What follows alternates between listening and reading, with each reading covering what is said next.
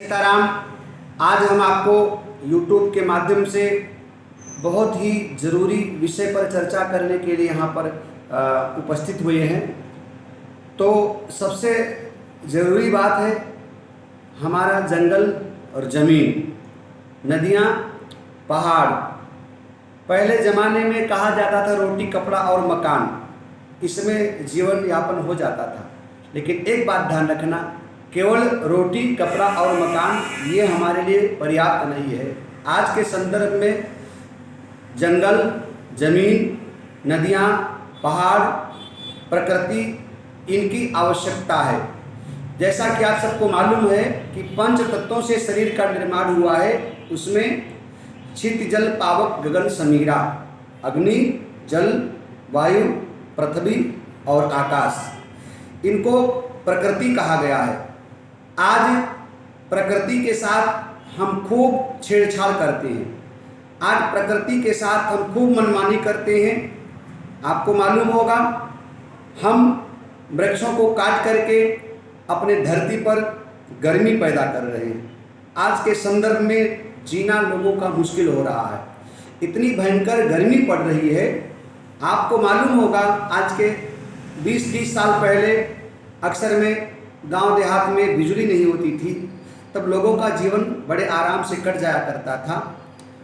कहीं वृक्ष के नीचे या कहीं हाथ से पंखा करके लोगों का जीवन अच्छी तरीके से चल जाया करता था। आज के संदर्भ में यदि आप चाहे ग्रामीण अंचल में रहते हो, चाहे शहरी क्षेत्र में आप हो, हर जगह बिजली की आवश्यकता है।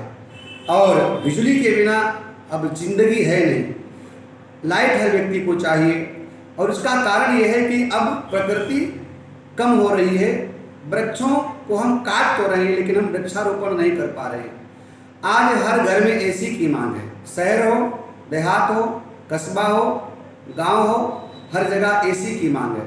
लोग अपने घरों में एसी लगा रहे हैं, लेकिन उनको मालूम नहीं है शायद कि एसी से नुकसान कितना है। एसी से कुछ देर के लिए आपको सुकून तो मिलेगा, लेकिन उसका जो परिणाम है वो बाहर और अंदर दोनों के लिए ठीक नहीं। उसकी जो भयंकर गर्मी है, और एसी से आप निकलेंगे तो फिर आप गर्मी में जाएंगे तो बीमारी का कारण है। तो मैं सभी देशवासियों से निवेदन करूंगा कि प्रकृति की रक्षा जरूरी है। आज हमारी नदियों का शोषण हो रहा है, नदियों को दूषित किया जा रहा है। उसमें तमाम प्रकार अपवित्र वस्तुओं के द्वारा उनको नुकसान पहुंचाया जा रहा है। आपको मालूम होगा नदियां हमारी कितनी दूषित हैं, और परिणाम ये हो रहा है कि नदियों का जलस्तर कम हो रहा है, नदियां सूखती जा रही हैं। आने वाले समय में सबसे बड़ी समस्या जल, जंगल, ज़मीन और वृक्ष की होगी। जल मतलब पानी, और ज़मीन पृथ्वी, और जंगल अर्थात वृक्ष। इन ज़मीन और जंगल, इन सब की हमें आवश्यकता पड़ेगी। तो मैं निवेदन करूंगा कि आप प्रकृति को सुरक्षित रखिए, प्रकृति को आप संभालिए, प्रकृति को आप संजोइए, प्रकृति की रक्षा कीजिए। आज मैं जो आपको विशेष बात बताने के लिए यहाँ पर आया हूँ वो ये है कि आप अपने जन्मदिन पर कम से कम, बेटा इधर ध्यान दो, आप अपने जन्मदिन पर कम से कम एक वृक्ष लगाइए। और आपको मालूम होगा, एक वृक्ष आपके एक पुत्र के बराबर होता है। आपने एक वृक्ष लगा दिया, समझ लीजिएगा आपका वो बेटा है।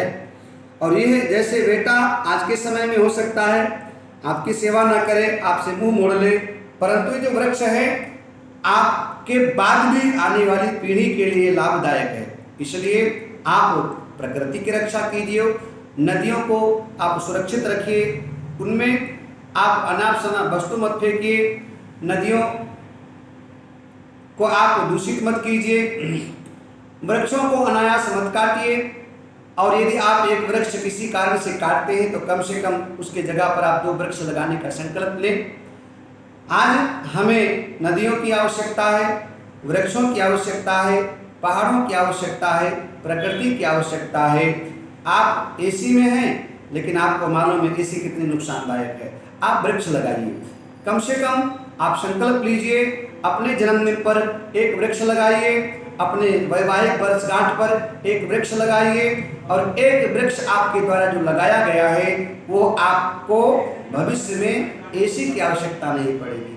हो सकता है आप कहेंगे कि हम शहरी क्षेत्र में रहते हैं जहां सड़कें कम है या हमारी रोड कम है या हमारे घर के आगे वृक्ष लगाने का जगह नहीं है, तो कोई ज़रूरी नहीं बड़ा पेड़ आप लगाएं, आप छोटा सा वृक्ष लगाइए। जितना आपका जगह हो, जितनी गुंजाइश हो, गमले में लेकर के अपने छत के ऊपर के जहाँ भी आपको जगह मिल पाए छोटे से छोटा वृक्ष, बड़े से बड़ा वृक्ष लगाइए। आप अपने घर के आगे आप एक वृक्ष लगाते हैं तो वृक्ष एक आपके एसी का काम करता है और इससे दो फायदा है। वृक्ष लगाएंगे तो आपको एसी लगाने की आवश्यकता नहीं पड़ेगी और एसी भी लगा हुआ है तो एसी का जो गर्म हवा है वो वृक्ष उस गर्म हवा को स्वयं पी करके और आपको शुद्ध हवा देता है। तो मैं निवेदन करूंगा सभी देशवासियों से अपने जन्मदिन पर अपनी प्रकृति की रक्षा के लिए अपने देश के प्रति वफादार हो करके आप नदियों की रक्षा कीजिए, वृक्षों की रक्षा कीजिए, पहाड़ों की रक्षा कीजिए, प्रकृति की रक्षा कीजिए। तो आइए हम आज संकल्प लेते हैं कि कम से कम अपने जन्मदिन पर, अपने वैवाहिक वर्षगांठ पर एक वृक्ष लगाएंगे। ऐसा आज संकल्प लेकर के और एक नए जीवन की हमें आपको शुरुआत करना है।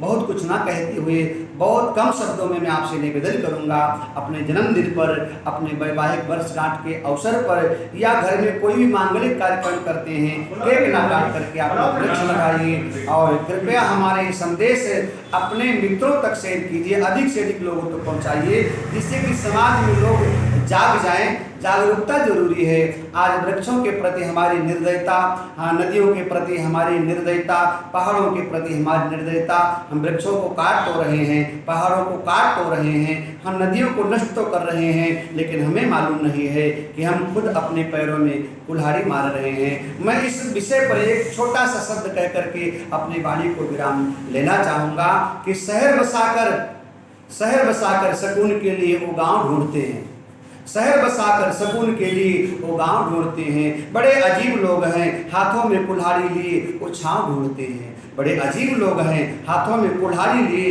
वो छांव ढूंढते हैं। मतलब वृक्ष हम काट तो रहे हैं, लेकिन हमें चाहिए प्रकृति शुद्ध। कहाँ से पाओगे शुद्ध हवा आपको? कहाँ से मिलेगा शुद्ध पानी आपको? कहाँ से मिलेगा शुद्ध प्रकृति आपको? जब नदियाँ हमारी सुरक्षित नहीं हैं, पहाड़े हमारे सुरक्षित नहीं हैं, वृक्ष हमारे सुरक्षित नहीं हैं। हम शोषण तो कर रहे हैं लेकिन पोषण नहीं कर रहे हैं, हम इनका दुरुपयोग कर रहे हैं, हम सदुपयोग नहीं कर पा रहे हैं। आइए आज संकल्प लें। मैं आपसे निवेदन करूंगा, जीवन को शुद्ध बनाइए और प्रकृति की रक्षा कीजिए। नदियां हमारी जीवन हैं। इन्हीं शब्दों के साथ में हमारे यूट्यूब के माध्यम से ये संदेश आप जनमानस तक पहुंचाइए। जय सीताराम, जय प्रकृति, जय परमेश्वर, हर हर महादेव, जय जय श्री सीताराम।